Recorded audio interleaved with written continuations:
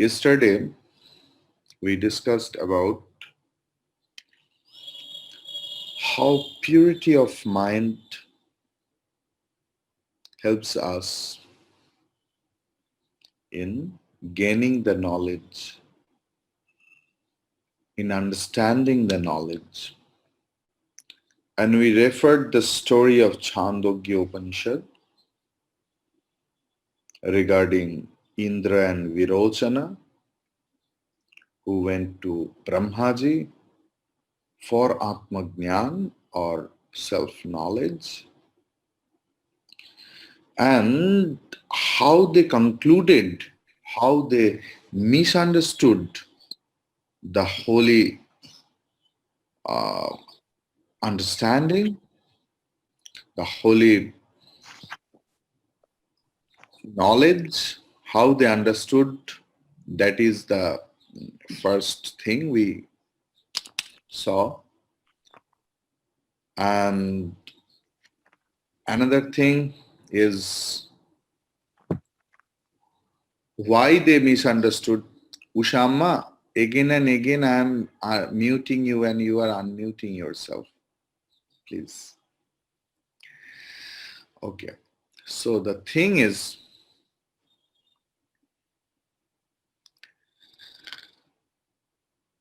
purity of mind, humility of spirit, and unshakable self-control were required of the seeker after Brahma Vidya. Bhagavan Sri Krishna in the Bhagavad Gita has described this knowledge of Brahman as the royal secret.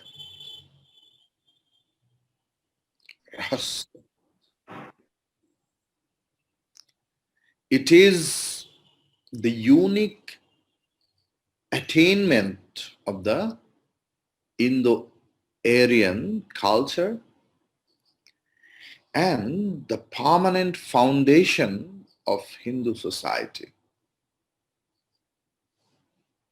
The Upanishads cannot be called a formal or systematic philosophy in the usual sense of the term. The Hindus look upon them as containing revelation of supersensuous truths regarding the soul, the universe, and ultimate reality. The Vedas are called Shruti or hearing because they were taught by word of mouth. Outwardly, Upanishads contain contradictory statements, and so the texts were for a long time exhaustively discussed in order that the precise idea of the rishis might be ascertained. Might be ascertained. Now the thing is, Vyasa, Bhagavan Vedavyas ji composed a treatise known as Vedanta Sutra or Brahma Sutra. Vedanta Sutra or Brahma Sutra, in which he reconciled the many apparent contradictions. So now I think you have understood that why Brahma Sutra, the aphorisms, were composed by Vedavyasa, because in many Vedas, the contradictory teachings were there. In some Veda, it is called something is called right. In another Veda, something is called wrong. People would be confused. But Veda is one. Veda is Jnana Rasi, the heaps of knowledge.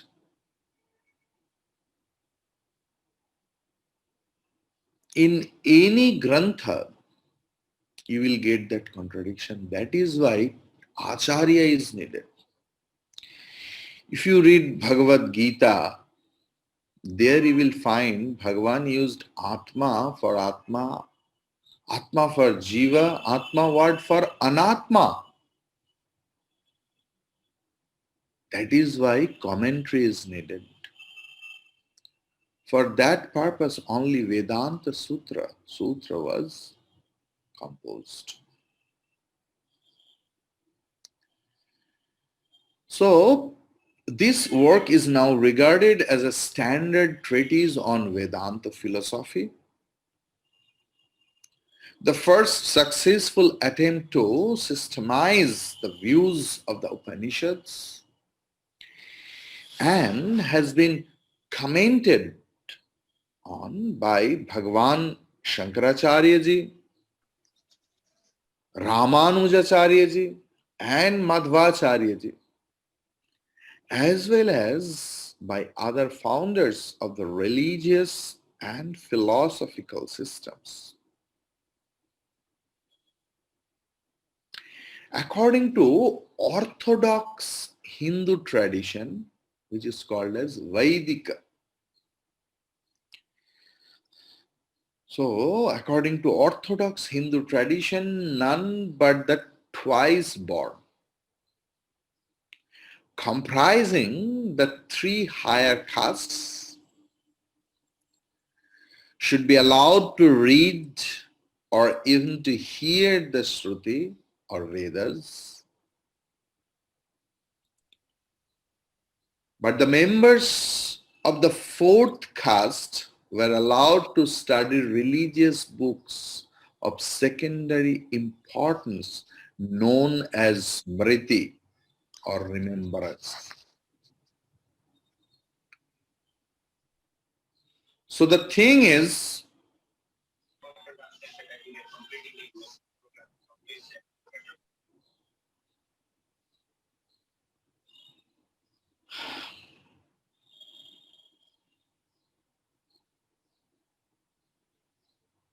Shruti or Veda is not a human product. It is visualized by the rishis. And in many grantha says this is the breath of the creator. We believe that there were many creation, many dissolution, Srishti Chakra. But in each cycle of creation, the Veda is same. But Smriti Grantha, remembering Grantha, or which is composed by someone else, that might differ.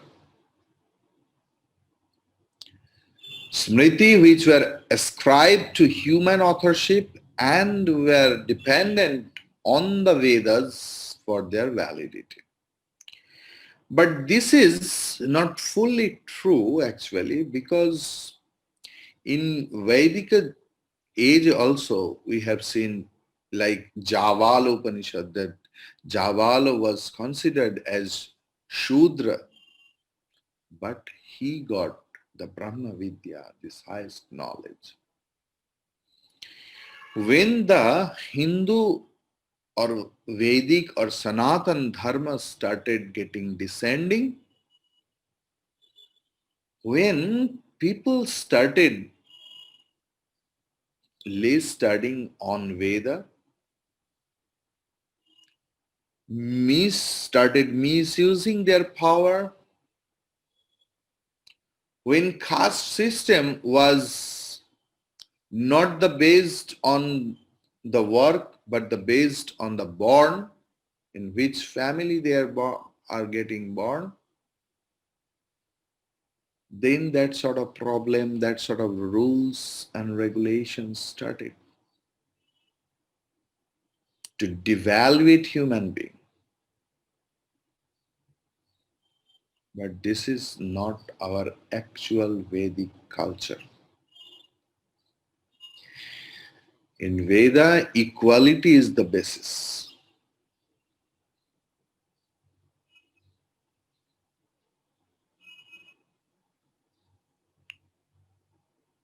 Epics like the Ramayana and the Mahabharata, the various Puranas, the Code of Manu, and other similar treatises belong to this category.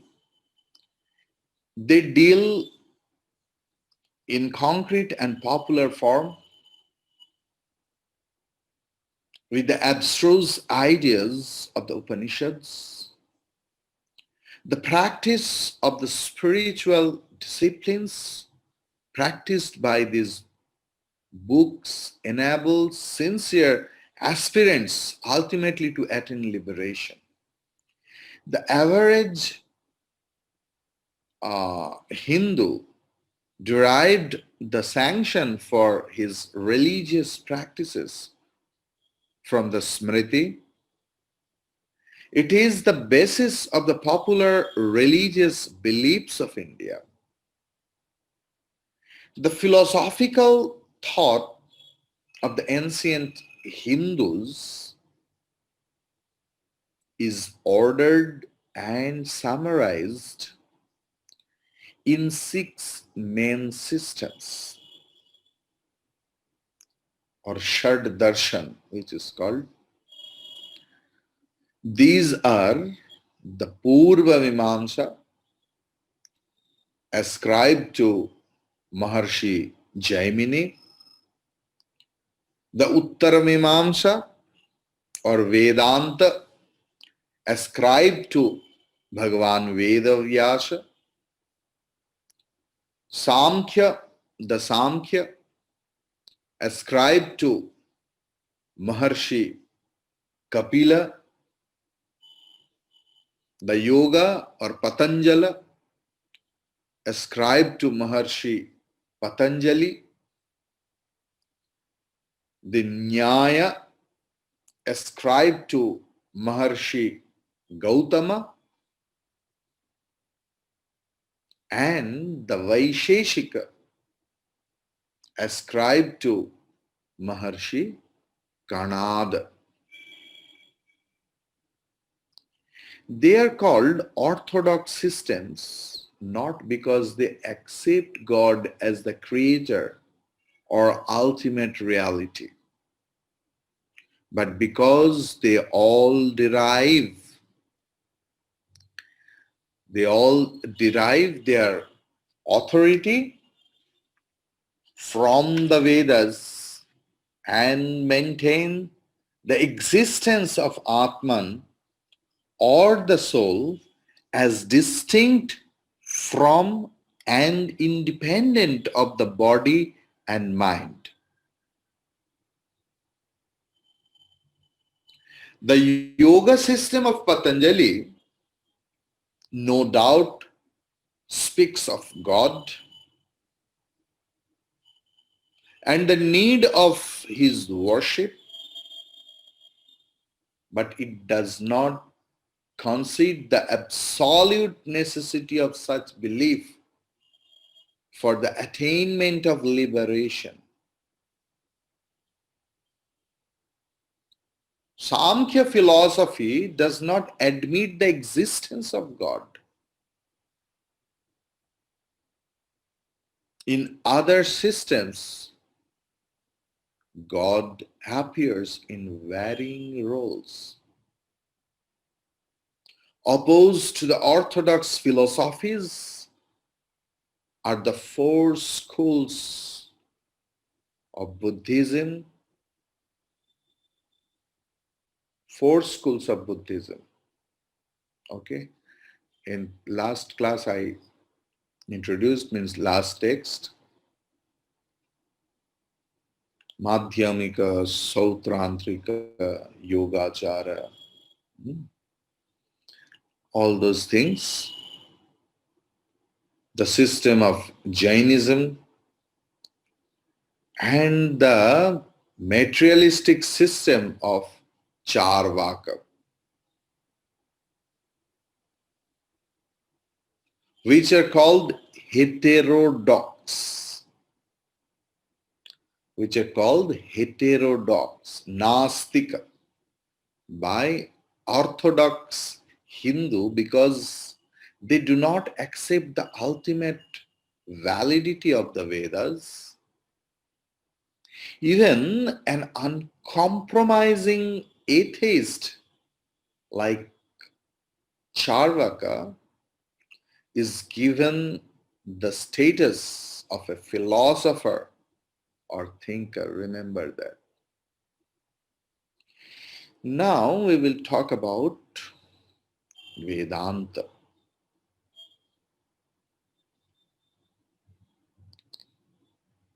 According to Swami Sadananda, the author of Vedanta Sara,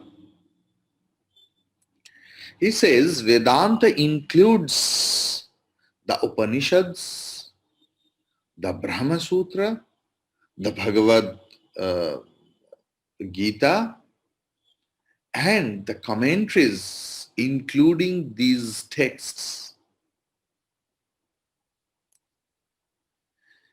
The texts of Vedanta have, in the main, given birth to two subsystems of philosophy,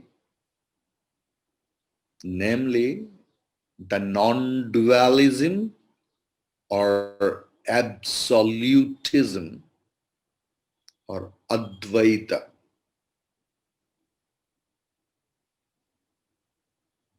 Bhagavan Shankaracharya ji wrote many commentaries, many hymns and everything else for this system. But in universities, it is taught that Advaita system is Shankara's philosophy. Never. It's a wrong teachings they teach.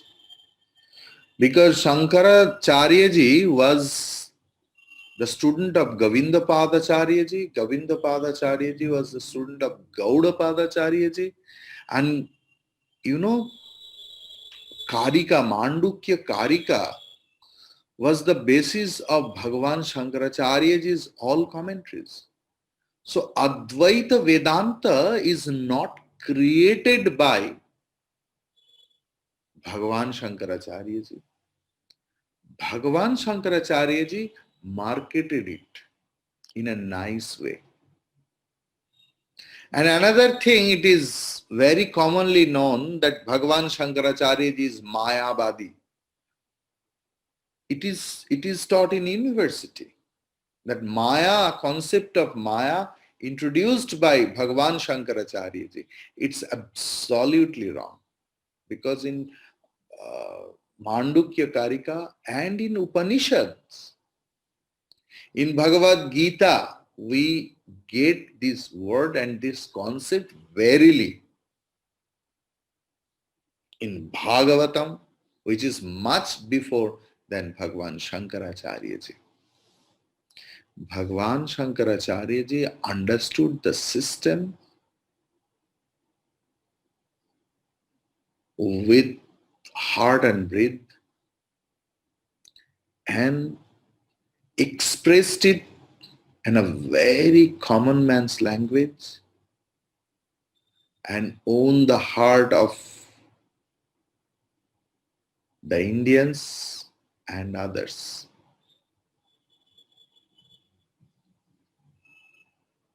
The thing is, but the theism, Advaitavadi, Dvaita is profounder of Ramanujacharya,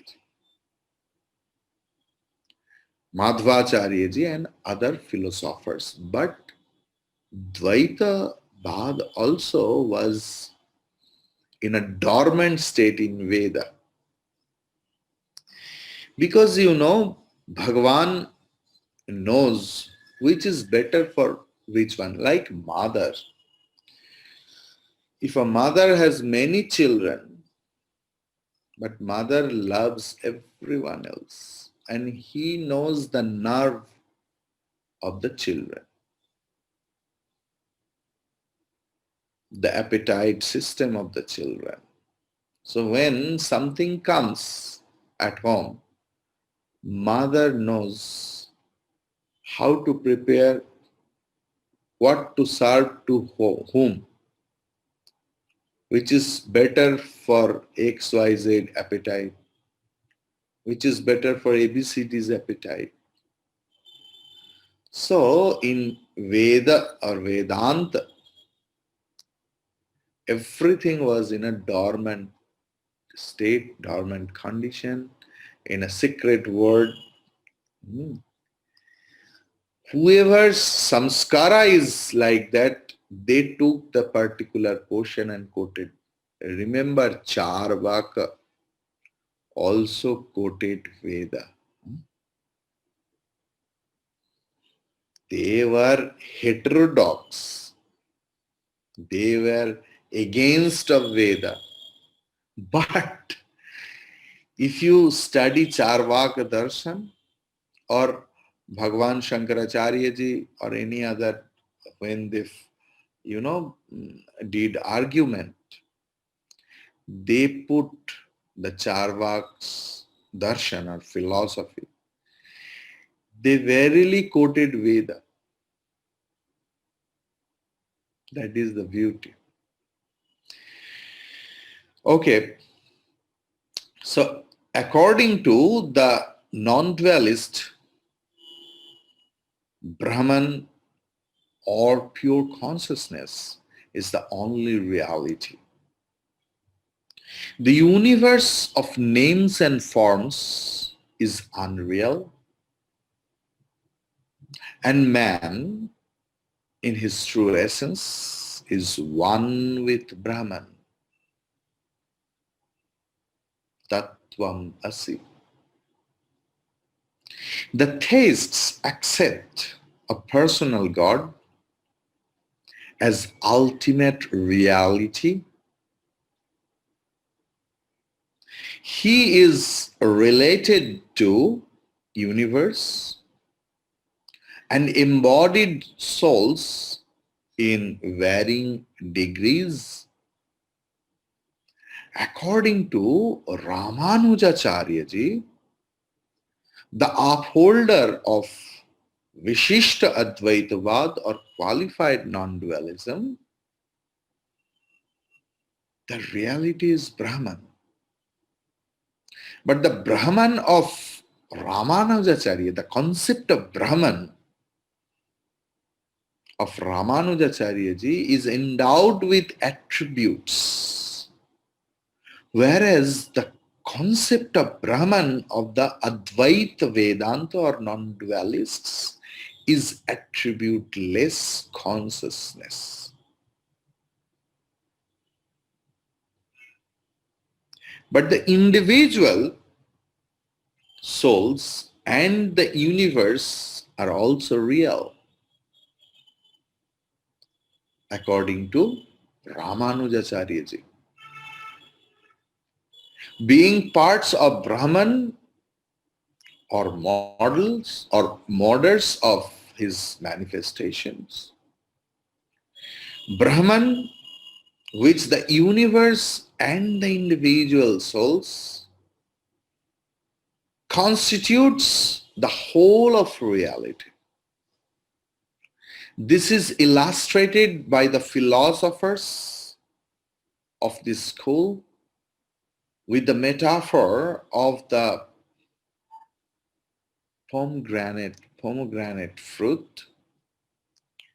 The seeds are the living souls and the rind is the universe. One cannot think of the fruit without the seeds and the rain. According to Madhvacharya the dualist, the universe and the living souls are separate from God, while the universe is a material entity. The souls are spiritual in nature. The souls, though separate from God, cannot exist without Him. Their existence is entirely dependent upon God. Madhvacharya speaks of living being as the servant of God. Now, if we talk about religion and philosophy. In Sanskrit, philosophy is called darshana, derived from the root drish, derived from the root drish, meaning to see. The purpose of the philosophy is to enable its students to see truth directly. Therefore, with the Hindus, philosophy is not a mere intellectual pursuit of an abstract ideal, but the actual perception or realization of truth. In the West, especially since the beginning of the modern era, philosophy has been divorced from religion. The result seems to have been disastrous for both. But Hindu thinkers have always maintained a close alliance between the two. The one is incomplete without the other. The goal of philosophy may be truth, and the goal of religion is God. But in the final experience, God and truth are one and the same reality. Religion insists on faith.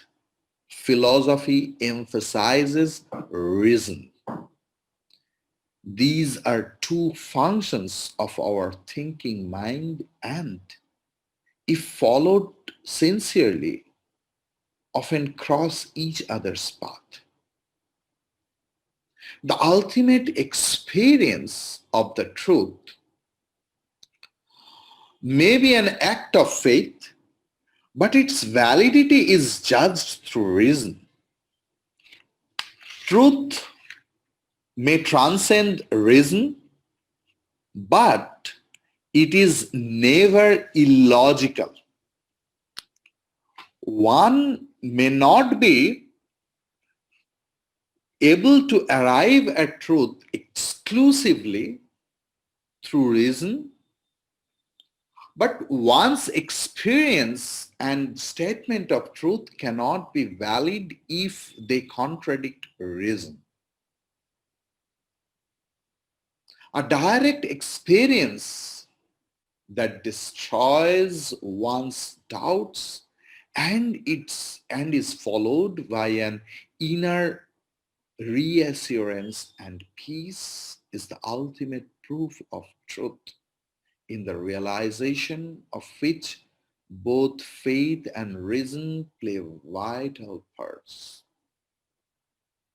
Religion without philosophy tends to become dogmatic,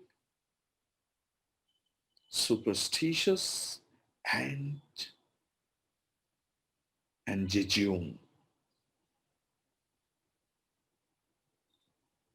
Philosophy without religion degenerates into inane and dry intellectualism. Reason moves in a circle, creates doubt, and never arrives at finality. It may indicate the possibility, neither probability of an ultimate reality, but if not animated by faith, it makes its user an agnostic. Religion in which emotion plays an important part becomes mere sentimentalism if it is not strengthened by the fiber of philosophy. It is the practical application of philosophy to life, and philosophy supplies it with an unshakable foundation. Religion supplies the aspirant with feeling or passion, and philosophy prevents him from wandering into dark alleys or up dead ends. Therefore, the Hindu seers harmonized in Vedanta both religion and philosophy, faith and reason, and this fact accounts for its adequacy and universality. A true philosopher has something of the spirit of awe, adoration, and reverence cherished by a religious person, and a truly religious person is not without the intellectual understanding and insight, which are the chief characteristics of a philosopher. It is important to note that whenever religion has emphasized mere forms and dogmas and thereby clouded men's vision regarding truth, philosophy has raised its voice in protest and corrected the errors of religion. Thus, the Upanishads and the teachings of Shankaracharya may be regarded as protests of philosophy against the excess of religion, but the Hindu philosophers recognized the importance of religion and never discarded it altogether.